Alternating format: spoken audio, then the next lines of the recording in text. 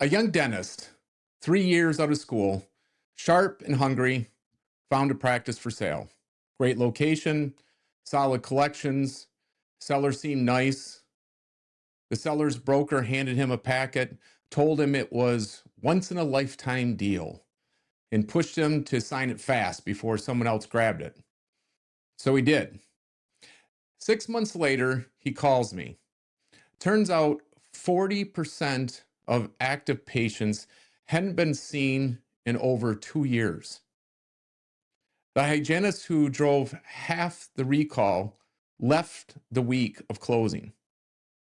And the equipment he thought was included, well, half of it was leased, and he inherited the payments. He overpaid for about 200 grand on a practice that was quietly bleeding. Here's what kills me about the story. Every single one of those problems was findable before he signed. He just didn't know what to look for, and he didn't have anyone else in his corner. He thought he could do it by himself. Well, today I'm going to be in your corner. So, welcome back to the Dental Business Podcast. I'm Phil Cole, and this is part two of our transition series. Last episode was all about the value, what a practice is actually worth. So today we're going to put that knowledge to work from the buyer's assets, from the buyer's seat, I should say, with their assets. Buying a practice is, in my opinion, the single best wealth building move available to a dentist. You stop renting your career and instead you start owning it. But it's also where I see people get hurt the worst because the deal is usually structured to protect the seller, and the first-time buyer doesn't know what they don't know. So let's fix that. Today's episode is brought to you by PNC Bank. For 25 years, PNC's dedicated healthcare bankers have helped dentists finance, buy, and grow their practices with lending and cash flow solutions built for how your practice actually runs. Learn more at pnc.com/healthcare, and we're proud to have them sponsors of this show. So, the first question, what are we actually looking for? Too many buyers chase the first practice that becomes available instead of defining what fits them. So before you look at a single listing, get clear, in my opinion, on three things. One, the kind of dentistry you want to do. If you love big restorative cases, but you're buying a practice built on a high volume, insurance driven hygiene model, you're going to be miserable and you'll spend years remodeling it into something else. Buy a practice whose clinical philosophy is close to yours, or be honest with yourself about the cost of changing it. And are you ready for that? Two, the location and the life that you want. This practice is going to anchor where you live for years. Don't let a great deal drag you somewhere that you're going to resent or just never really be satisfied or happy. The best acquisition is the one that you can build a life around, not just building the spreadsheet. And three, the size that matches your stage. A first-time buyer stepping into a massive multi-doctor group with complex systems is a different animal than buying a tidy little single doctor practice with 5 ops. Now, there's no wrong answer, but match the size to your experience and also the appetite for the management that you're going to have. And one more thing on finding deals. The best practices, and I can't enforce this enough, the best practices often sell quietly before every before ever hitting a public listing. Relationships matter. This is part of why working with an advisor who's plugged into the market gives you access most buyers never see. Now, the heart of it comes down to purely due diligence. And due diligence is the process of verifying that the practice is actually what the seller says it is.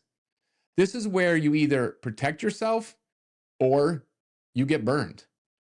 Let me give you the areas that I think are that matter most and you should be really concerned with. First, the financials.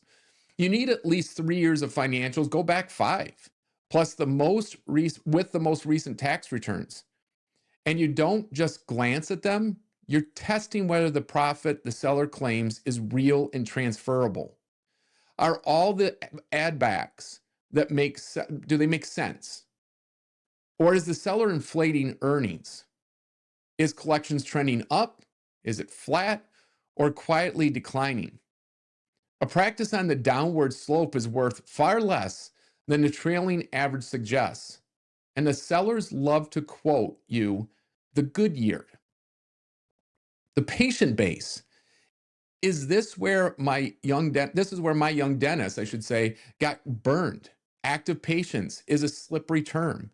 You need to define it, typically seen in the last 18 to 24 months, and verify it on the actual practice software, not the marketing packet. How many new patients per month? What's the recall and reappointment rate? How concentrated is production among a few patients or a few procedures? Practice with healthy new patient flow and strong recall is a living, growing asset. But one that's coasting on aging patients is a slowly deflating one. The team. The staff often is the practice, especially the hygienist and the front desk lead who hold the patient relationships. Find out who's planning to stay. Understand the compensation, because if the team is underpaid, I guarantee you, your face raises in turnover the day that you take over. The transition of the team is one of the most underestimated risks in any deal. The lease and the equipment. Read the lease. Is it assignable? How long is left? Are there renewal options? An unfavorable lease can sink your financing or trap you. And get a real list of what's owed, or owned, I should say, versus leased. What's included in the sale and the actual conditions. The age of the equipment. Don't assume anything is included. Make sure you get it in writing. Insurance and payer mix. Understand which plans the practice is in network with and what percentage of revenue each represents. If the practice is heavily dependent on 1 or 2 PPO plans, that's concentration risk. And know that some insurance relationships don't automatically transfer to you. You have to re-credential, which can disrupt cash flow right when you're most exposed. Due diligence isn't about finding a reason to walk away. It's about buying the practice that you think you're buying at a price that reflects the reality. Let's talk money, because the finance piece intimidates first-time buyers more than anything, and it shouldn't. Here's the good news. Dental practice lending is one of the most favorable lending environments in any industry. Listen, lenders love dentists because dentists default extraordinarily at low rates, less than 1%. That's pretty low. They will often finance the full purchase price, sometimes with working capital on top of it, with no money down. But not all lenders are equal, and this is where buyers leave real money on the table. The big national banks aren't always your best option, but the big national banks also have two options. And make sure that you're going to a healthcare option of those big banks. There are specialty dental lenders, healthcare teams, I should say, who understand practice transitions deeply, move faster, and often better terms and more flexible structures. The difference between two lenders on the same deal can be, frankly, tens of thousands of dollars over the life of the loan, plus the difference between a smooth close and we've seen nightmares.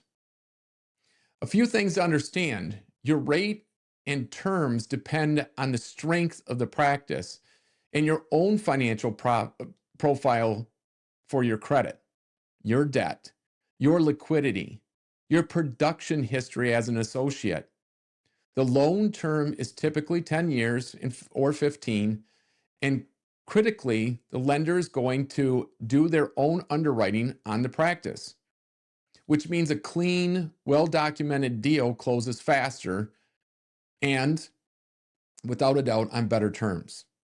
This is another reason due diligence and clean financials matter. They don't just protect you, they unlock better financing.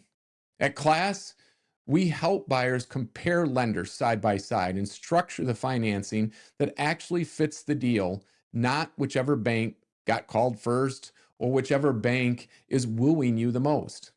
I've watched that comparison alone save clients more than our entire fee. Sometimes the smartest move is to walk. Here are the red flags that should at least slow you way down, hopefully. A seller who won't provide complete financials, we have one right now, or rushes you to sign healthy deals can withstand scrutiny, pressure. That is a tell. A steep recent decline in collections or new patients that the seller just waves away, watch. Heavy dependency on the selling doctor's personal relationship with no plan for a transition, a bad lease the seller can't or won't help resolve, major deferred maintenance or equipment at the end of its life dressed up as a turnkey option, and evaluation that doesn't hold up to the methodology we talked about in last episode. A price built on collections times a percentage rather than what the real cash flow is. Now, none of these automatically kill a deal, but every one of them is a reason to dig deeper. It's a reason to question the price or build protection into the structure. A great deal at the wrong price, it is a bad deal. And no deal is always better than the wrong deal. So before we wrap up, I quickly want to thank our sponsor, PNC Bank. Whether you're buying your first practice or planning your exit, PNC's healthcare banking team brings real financial expertise to every step so that the money side keeps pace with your goals. Visit once again pnc.com/healthcare, their healthcare division, to connect with a healthcare banker. Tell them that the Dental Business Podcast sent you. Buying your first practice should be one of the proudest, most profitable moves of your career. And it can be when you go in with your eyes wide open and someone experienced is in your corner. The seller has a broker working for them. You deserve representation working for you. And that's exactly what we do at Class Solutions. We represent buyers through the entire acquisition valuation, due diligence, your financing, and the deal structure so that you buy the right practice at the right price and at the right terms. If you're thinking about ownership, let's talk before you sign anything. Reach out at classsolutions.com for a confidential conversation. On next episode, well, we're going to turn the table around completely. So if you're the one selling, how do you exit on your terms and protect everything that you've built? That's part 3. I'm Phil Cole. Thanks for listening. And remember, your practice is a business worth building well. We'll see you next time.